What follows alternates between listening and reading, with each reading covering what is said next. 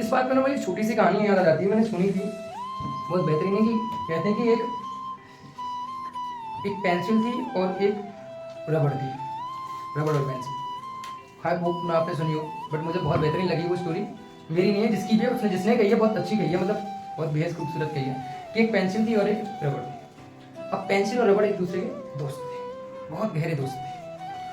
अब तुम पता है जब दोस्ती हो जाती है तो थैंक्स और सॉरी कहना बड़ा बचकाना सा लगता है। तो मेरा दोस्त है, सॉरी कह रहा है, थैंक्स कह रहा है, तो पागल है क्या? दोस्ती है तो दोस्ती मतलब कोई नो सॉरी नो थैंक्स, ये सबसे पहला नियम होता है दोस्ती का। अब दोनों में दोस्ती हो गई।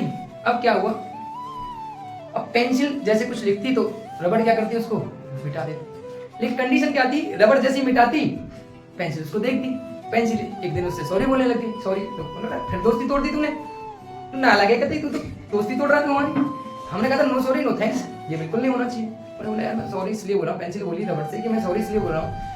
कह रहे वो तो सब ठीक है, लेकिन गलती मैं करती हूँ उसका भुगतान आपको, यानी गलती मैंने की, भुगतान आप कर रहे हो। आप कभी यहाँ से कम हो जाते हो, कभी इधर से कम हो जाते हो, और कभी आगे से कम हो जाते हो।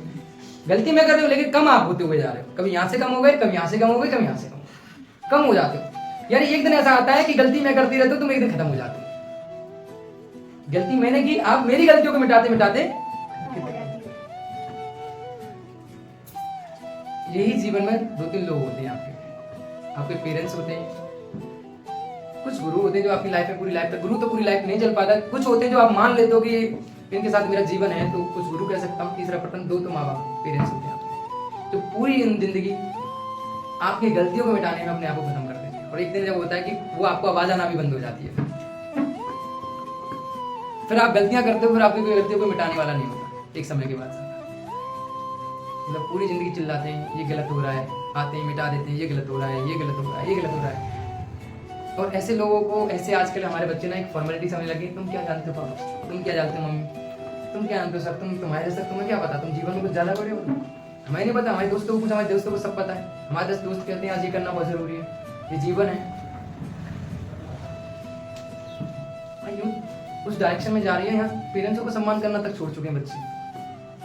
आज एक बच्चा अपने दोस्त, अपने फोन में इतना मसरूफ है कि उसे ये तक नहीं पता कि माँ बाप से भी 5 मिनट जाके बात करनी है। उस माँ बाप से जो आप कुछ भी करते हो, कोई आए ना आए, एक बार कैसा भी पता चल जाए, पापा चिल्लाएंगे, कमिंग मैं तुझसे पहले ही कह रहा था तुम मत जा, मेरी नहीं सुनता, रुक जा मैं आ रहा हूँ, तुझे क्यों मत, तू रुक जा, कोई बात नहीं मैं आ रहा हूँ यहाँ पे, मैं देख लूंगा, भले चाहे कोई ना हो साथ, कोई ना जा रहा हो साथ में, लेकिन अकेले भाग चलेगा भाई।